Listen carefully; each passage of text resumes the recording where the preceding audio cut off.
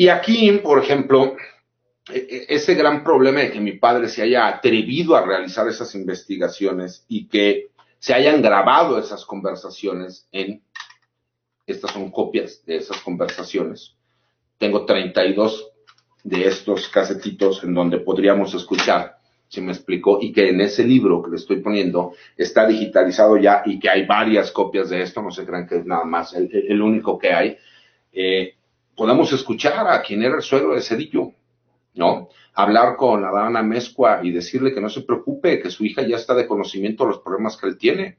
que no se preocupe, que para eso le manda a la gente del Estado Mayor Presidencial, para lo que él pueda necesitar, para que vean que están hablando en serio. Entonces, imagínense todo ese tipo de cosas que por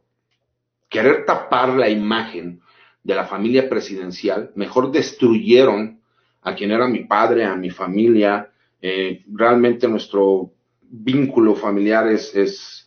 complicado porque aparte resulta que habíamos varios hijos de diferentes casas, de diferentes mamás, como les digo yo, de la casa chica, entonces pues, imagínense, éramos los apestados de los apestados, mi pobre madre, profesionista, hija de un profesionista, o sea, fue el que estuvieran encima de nosotros, el que tengo medios hermanos que terminaron con problemas emocionales fuertes, algunos se volvieron drogadictos, terminaron en clínicas de rehabilitación, y que todo esto, por ejemplo, se dio derivado a que quisieron proteger una investigación que mi padre, pensando que era real lo que el presidente de la República les había dicho, se le ocurrió meterse a fondo en lo que tenía que hacer. Y curiosamente, por ejemplo, para aquellas personas que de repente se les olvida, mi padre presenta una denuncia, ya siendo Procurador General de la República Rafael Macedo de la Concha, y que aquí lo muestro, en donde denuncia que él hizo la entrega de 12 millones de dólares en efectivo a quien era el secretario de la Defensa Nacional, Enrique Cervantes Aguirre, y que ese dinero nunca fue entregado a quien correspondía entregarlo, que era la Secretaría de Hacienda. Y, por supuesto, que en lugar de hacer una investigación, terminaron yendo sobre mi padre por supuestamente haber presentado una denuncia falsa, pero que efectivamente nunca presentaron el dinero a Hacienda, sino que supuestamente el último día en que fue secretario de la Defensa Enrique Cervantes Aguirre, apareció que lo habían entregado a Banjército cuando pues la ley no te contemplaba que tenía que ser así. Y para que la gente sepa por qué mi pleito con Raimundo Rivas Palacio viene desde hace varios años, aquí hay una comunicación de la Dirección de Comunicación Social de la Secretaría de la Defensa Nacional, en donde le hacen un escrito, ¿no? El 22 de octubre del año 2000, le hacen un escrito a Raimundo Rivas Palacio, quien era director de Milenio en aquel entonces, en donde le dicen y le hacen algunas aclaraciones supuestamente a lo que había publicado la periodista Marta Anaya, la cual termina saliendo incluso después de Milenio, perseguida por esta situación. Tengo que reconocer, porque es de bien nacidos ser agradecidos, que la primera persona que a nosotros nos ayuda fue la periodista Isabel Arvide. La periodista Isabel Arvide, cuando por medio de un muy buen amigo mío, que se llama Javier Castañeda, que para los cuates es el Chango, quien fue abogado de Isabel, me contacta una cita para que mi medio hermana Teresita vaya con ella. Ella se interesa en el caso y empieza a ver las pruebas. Y en esas pruebas que ella empieza a ver, se da cuenta pues, de que esto es un montaje. Y ella empieza a publicar al grado de que Cervantes Aguirre la manda a llamar personalmente y trata de convencerla. Y la señora Isabel no solo no la convence, entonces se ganó el odio de Cervantes al grado de que la señora terminó en la cárcel. Y que a lo mejor el día de hoy la señora está enojada o está molesta conmigo por un malentendido de carácter personal, pero que es una señora que yo respeto y que yo quiero porque se la jugó. Porque la señora podrá tener las formas que ustedes quieran y pueda ser criticada, pero como amiga sabe ser amiga y es una mujer valiente y ella publicó las cosas que nosotros le llevamos. Caso contrario a muchísimos periodistas que se buscó en su momento y que pedían dinero por hacernos una entrevista y que aparte no se atrevían a sacar las cosas. La segunda persona, ya que me da un micrófono para poder hablar y para poder explicar esta situación, es en el 2012 la periodista Carmen Aristegui, cuando todavía estaba en el noticiario de MBS. Y la verdad es que Carmen, una mujer muy valiente, que me dijo, a ver, me citaron un día antes, me dijo, vamos a verificar contigo, vamos a checar que lo que estés diciendo sea verdad, tráeme las pruebas, vamos a ver. Le llevé todo, lo checaron, me dijeron, mañana les voy a dar una hora en mi espacio de radio en la mañana, y la verdad es que terminó siendo casi 3 horas, casi todo el programa nos aventamos ahí, y nos dio toda la apertura para poder decir las cosas como son, y que pues fue una también de las tantas cosas que le termina costando a Carmen Aristegui posteriormente salir. Pero aquí es bien importante porque luego la gente tiene ciertas dudas, ¿no? O sea, imaginan, ¿no? Lo que yo les decía, que ese supuesto chofer que todo el mundo hablaba y que en la película de Traffic y en varias series han sacado de que supuestamente el chofer de mi padre es quien habla y denuncia que mi padre supuestamente está ligado con narcotraficantes. Curiosamente, aquí tengo las declaraciones de un careo que se lleva a cabo entre él y el capitán Horacio Montenegro Ortiz y el capitán Javier García Hernández, en donde él dice, y aquí está en copia certificada también para que la gente lo pueda ver, él dice a la pregunta que le hacen, que nos diga el testigo que entiende por presiones físicas y psicológicas, al referirse que él había sido presionado en forma física y psicológica. Y él contesta, las presiones psicológicas a las que yo entiendo son las que a mí me sucedieron. La separación de mis hijos y las presiones físicas son las que sufrí en un dado momento cuando fui trasladado a las instalaciones de la entonces UEDO, a las instalaciones de la Policía Judicial Federal Militar, y en unas de esas fueron el esposamiento de pies, manos, vendados de ojos, toques eléctricos en los testículos y amenazado con un arma de alto poder. ¿Eso para usted es daño físico o no?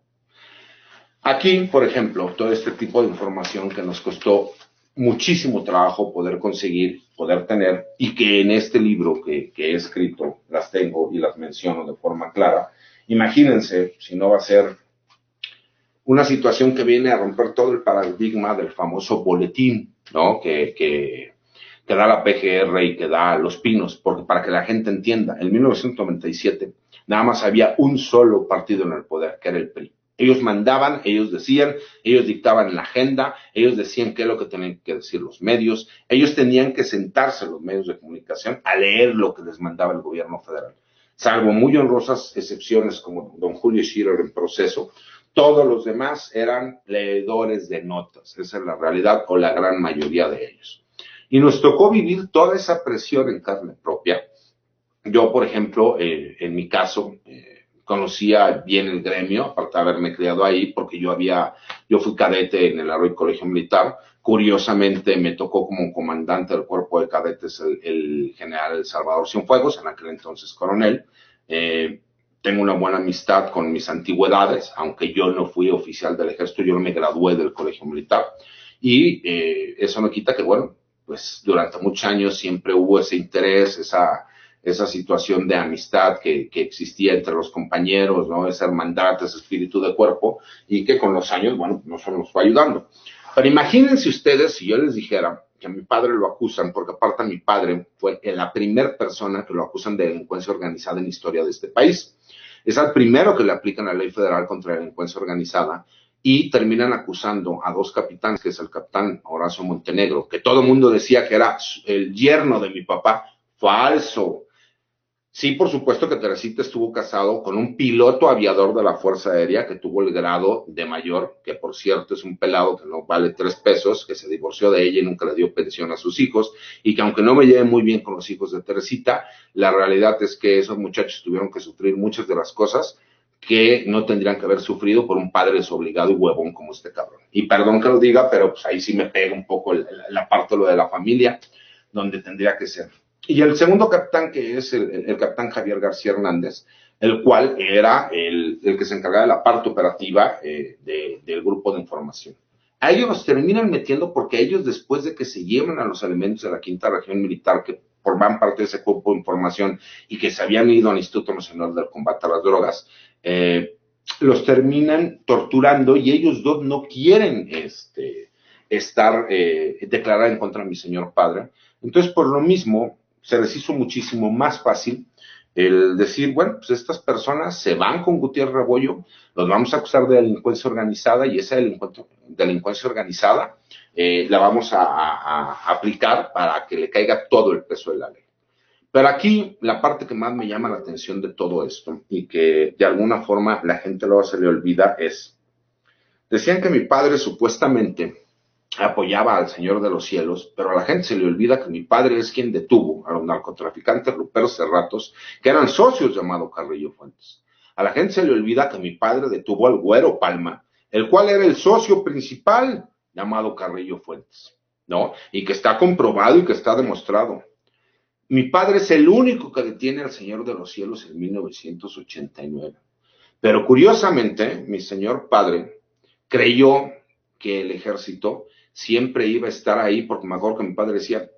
matarme, estos cabrones a mí no me matan. Y si lo peor que puede pasar es que si algo sucede mal, yo me regreso al ejército, me voy retirado y se acabó y no tengo problema. Nunca se imaginó mi señor padre que el general Enrique Cervantes Aguirre, con tal de agradar al presidente de la República y por ese pleito que tuvo con mi señor padre, hiciera una venganza en donde destruyera no solo el nombre de mi padre, sino el de toda la institución, porque a partir de ese momento se empezaron a meter con los militares y él mismo empezó a crear todo un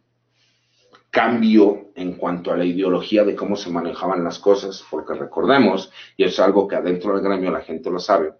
él, cuando detienen al general Quirós Hermosillo y al general Acosta Chaparro, el general Quirós Hermosillo, toda su vida fue su amigo, su compadre, toda la vida, como Quirós Hermosillo era gente de dinero, Cervantes siempre vivió a expensas del general Quirós. Y cuando llega como secretario, como esas cosas que no se pueden mencionar y que te conocen tu pasado, lo que hizo fue jalar a Quirós y jalar a Acosta por las imputaciones que había en su contra.